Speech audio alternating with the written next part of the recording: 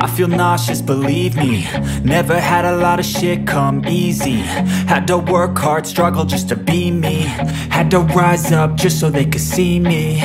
Did what I had to do just to feed me. And what was left over I put towards my dreaming. But the only thing in life that has meaning are the things you gotta work for, believe me. Take into your hands a plan, your own hands can land your own brand. And damn, I feel like no one takes accountability. They want the credibility, convincingly unwilling to put in the fucking hours it takes to get some power. Don't be fucking sour, take a cold shower. Scream until you're louder, work until you're prouder. And fuck all the doubters, they're just fucking downers. I swear to God they all let me down. I always fought just to wear the crown. I'm pissed off at these fucking clowns who were all taught they deserve an ounce. It's only worth it if you work for it. It's only worth it if you work for it. I won't stop till they hear me now. I won't stop till I wear the crown. Even when you feel low, you can still go. Even when you feel slow, you can still go. Even when there's no hope, you can still go. I never answer to no, man, I still go. Go, go, go, go, go.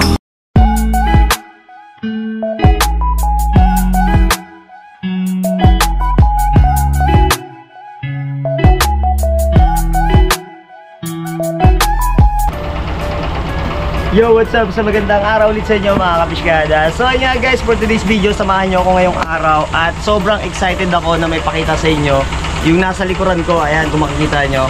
Dahil matagal-tagal na rin tayo hindi nakapag-update dito. At grabe rin yung pinag-improve ng farm na to. So sobrang happy ako para sa mga owner. At nagpapasalamat tayo dahil hanggang ngayon sa atin pa rin pinagkakatiwala para ma-features yung kanilang farm. Dahil dito guys, masasaksihan nyo yung napakaraming mga ornamental fish. Dito lang yan sa farm na to at napakamura ng mga presyo nila. So samahan nyo ako guys, pakita ko sa inyo kung ano yung magiging kaganapan ngayon. At abangan nyo yung mga episode na mangyayari dito dahil mag-i-enjoy kayo. So samahan nyo ako guys, tara, silipin natin to. Let's go! So guys, magandang araw ulit sa inyo. At yun nga, andito tayo ngayon sa Jaja Ornamental Fish Farm. Dito yan sa Bukalwan, Kila, Laguna. So pasok tayo dito guys. So sabi ko nga sa inyo before is na-vlog na natin to, pero hindi pa ganito kaganda yung kanilang area, no? Actually ito is bago na to. So naabutan ko dito, bubong pa lang to eh. Pero ngayon nakakatawa kasi meron na silang mga showroom ng isda dito. At yung mga guest na magpupunta rito is marami kayong pagpipilian na iba't ibang klase ng mga isda. Dahil dito pa lang bubungad ng agad sa inyo yung different variety ng mga isdaan nila dito. Alright? Dito guys, tumatanggap sila dito ng mga walk-in pero more on wholesale lang tayo dito guys. Kasi nga itong farm na to is napakaraming isda talaga guys. Ayan o, hindi ko na nga halos alam kung ano yung uunahin ko dito sa dami ng mga isda nila dito. Ayan, so tumatanggap sila through online and yung mga order, yung mga malalaking order sa provinces, no? Tinatanggap din nila yan and pwede rin nila kayong deliveran. So etong farm na to is highly recommended. Ayan, kahit saan tayo lumingon, kita nyo, napakadaming mga ornamental fish dito guys. So marami ng mga nag-orderan dito. At as main supplier, pwede kayong umorder dito guys. At napakamura lang ng mga price ng mga isda na makikita nyo rin dito. Alright, so simulan muna natin dito sa area nila. So dito, sa unahan dito is meron silang mga panda na goldfish. Ayan guys, oh, ang dami yan.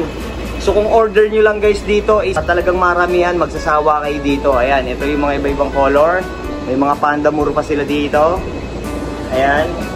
At yung tang na to, meron sila dito mga silver arwana, mga 6 inches. Ayan guys. Kayo na lang talaga bahalang mamili dito guys ng mga isda. At dito sa baba, ayan o, meron sila dito mga breeder size na mga silver tin foil. Grabe, ang lalaki niyan guys. Ayan o.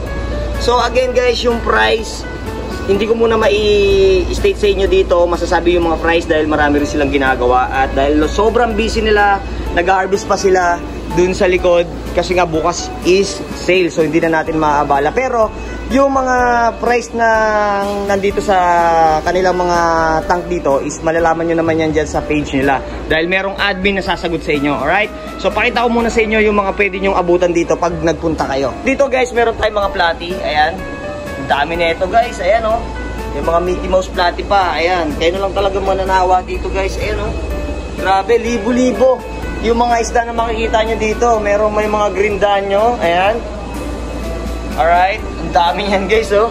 Meron silang yellow danyo dito na long fin. Ayan. Kayo na lang bahala talaga ditong mamili sa sobrang dami dito guys. Ayan, Kohaku Swordtail na red eye. Alright, ayan o. Dami yan guys. Ang nakakatawa kasi dito guys, dati ito talagang nung nag-start pa lang tong farm na to is halos wala pa to, no? So dun pa lang tayo nag-vlog sa area na mamaya ipapakita ko sa inyo. Ayan, so busy yung mga kuya natin dun sa dulo. So mamaya lilibutin natin yan. So pakita ko muna dito yung mga ibang isda na maabutan nyo rito. Alright, meron din pala sila dito mga aquatic plants. Ayan o. So may mga anubia sila dito, may mga hornwort.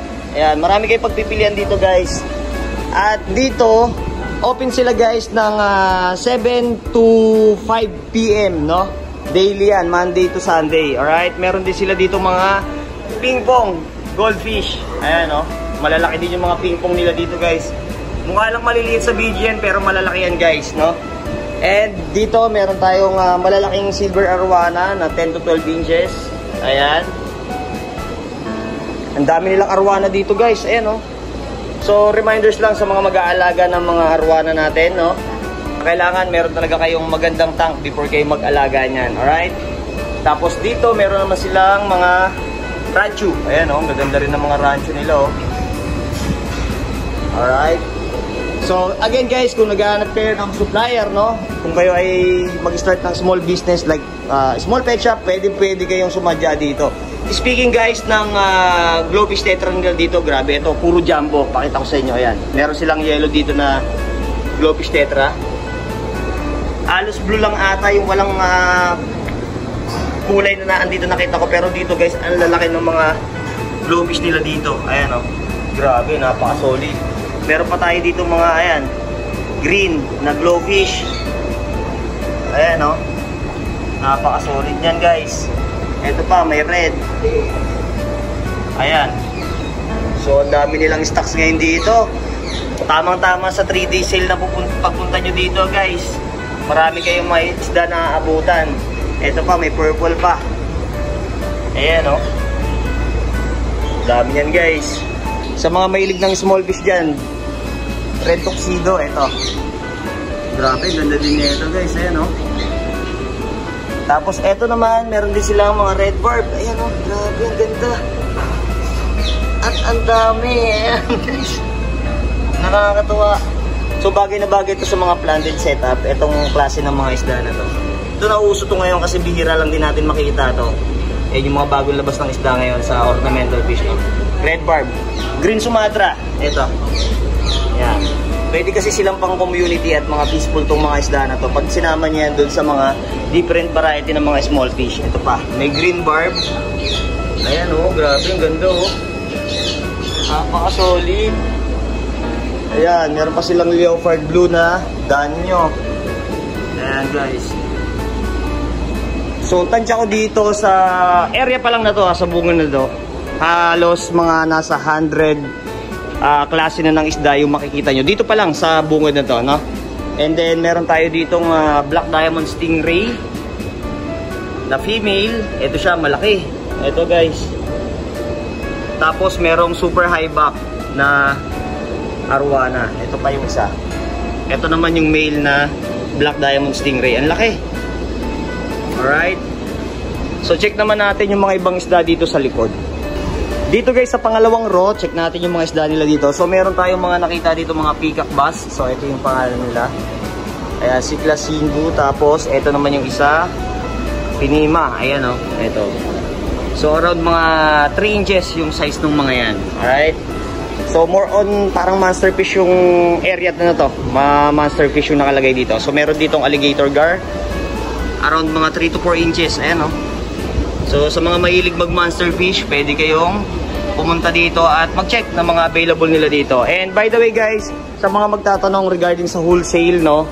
So nabanggit sa atin ni ma'am na per for example, per klase ng isda, at least 20 pieces, pero wala naman silang price range sa mga kukunin nyo. Basta kada klase 20 pieces, goods na yun. Alright. Ito naman Survey Tetra, meron sila dito. Ayan. Magsasawa talaga kayo dito guys sa dami ng isda. Ito red pencil, ngayon ko lang din ito nakita. Ayan guys. Ayan, mga pang-planted din. So halo-halo. Rainbow thread fin. Ito. Ganda ng pinaka-tail niya. Kaya pala pin. Ayan o. Okay. Nice. Tapos eto, penguin tetra. Natin. Ayan o. Ito guys, bagay na bagay talaga to sa planted setup. Napakaganda ng lining ng isda sa katawan. Ayan o. Napaka-solid. Tapos, check pa natin iba. Meron sila dito mga angelfish. Ayan, iba-ibang klase rin ng angelfish. So, punta pa tayo dito. Algae eater. Ayan, algae eater dito. Ang dami dito guys. Ayan o. Halos nagsisiksikan na sila sa dulo. Ayan. Alright.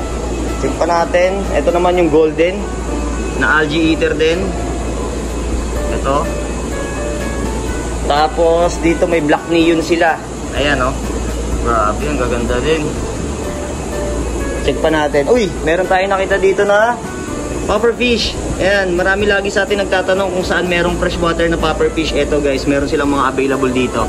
Pero limited stocks na lang yung available nila dito. Ayan. Kaya kung mapapadaan kayo dito, so puntahan nyo na dito yung Jaja Ornamental Fish Farm. Meron pa sila dito mga rancho. And meron tayo dito nakitang Arapaima. Ito yung kanyang code sa certificate. Ayan o. Itong Arapaima nila more or less around mga 12 inches pataas. Ayan, medyo good size na rin siya. Yun nga lang, once na pag nag-avail kayo na ito guys, kailangan is meron talaga kayong malaking area. Dahil talagang lumalaki yan, no? Monster fish talaga, sobrang laki. Ito pa yung mga ibang rancho nila dito. Ayan guys, oh. Halos lahat ng mga isda nila dito guys, napakaganda at mga quality rin. Ayan. So, sa mga taga-provinces, kung naghahanap kayo ng supplier, punta kayo dito or tumawag kayo sa kanilang FB page para sa mga inquiries nyo. And then, ito pa yung kanilang super high back na arwana. Ito naman is Banja Red. Ayan. Ito pa. Yung mga arwana din sila. Dati kasi dito guys, more on mga small fish like yung mga mollies, mga feeder goldfish yung nandito, gapi. Pero ngayon, ang dami na nagbago dito. Nagulat din ako kasi marami na sila mga different variety, no? Kagaya ito, may mga wood catfish na sila. Around mga 5 to 6 or 5 to 7 inches yung mga naandito na isda. And then, meron silang mga Tiger Oscar. And dati rin, nung unang bisita natin dito guys, hindi pa sila nakakapag-breed ng Oscar. Pero ngayon, nakakapag-breed na sila ng Oscar. Ganon din ang mga goldfish. So, ayan. Tapos meron pa sila dito, ang laki na ito, flower horn. Napakalaki eh, no? Grabe. Ayan guys, oh, napaka-solid. Lampas na ng isang tangkal. Tapos dito, meron pa silang Andy Cherry na mga maliliit. Ayan, around mga 2 inches lang to guys, pero ang dami nila, oh. Kayo na lang bahalang magpalaki. Pero yung mga ganyang size, murang-mura nyo pa yan mabibili. Alright? Meron din sila ditong mga albino na dragon fin. Ayan, oh guys. Makita sa inyo. Yan, oh. So, ang size naman dito is around mga 6 inches pataas. Meron mga 3 to 4, may 5 to 6, iba-ibang size. Ayan. So, yung presyo niya nakadepende sa size. Lagi-lagi naman natin sinasabi yan. Red balloon. Ito, red balloon. So, ayan guys. Boss Money. Ito.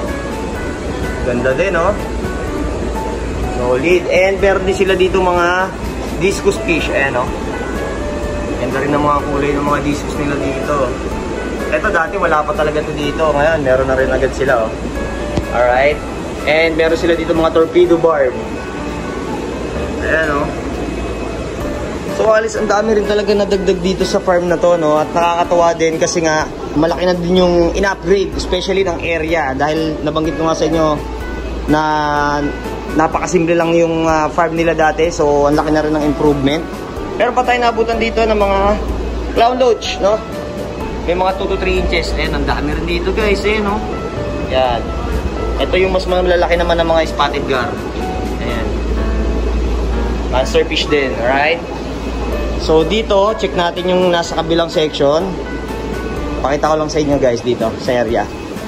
So, ayan. KJ. Tagal na rin kasi hindi nakabisita rito, pero ayan. Si KJ yung dating nag-assist sa atin na hanggang ngayon nag-maintain pa rin dito sa kanilang farm. So before, ito wala pa to, ito wala pa siya. Ayan, so yung naabutan natin dito nung unang bisita pa lang natin, halos yung naandun. Abutan natin yung mga naandun na pond.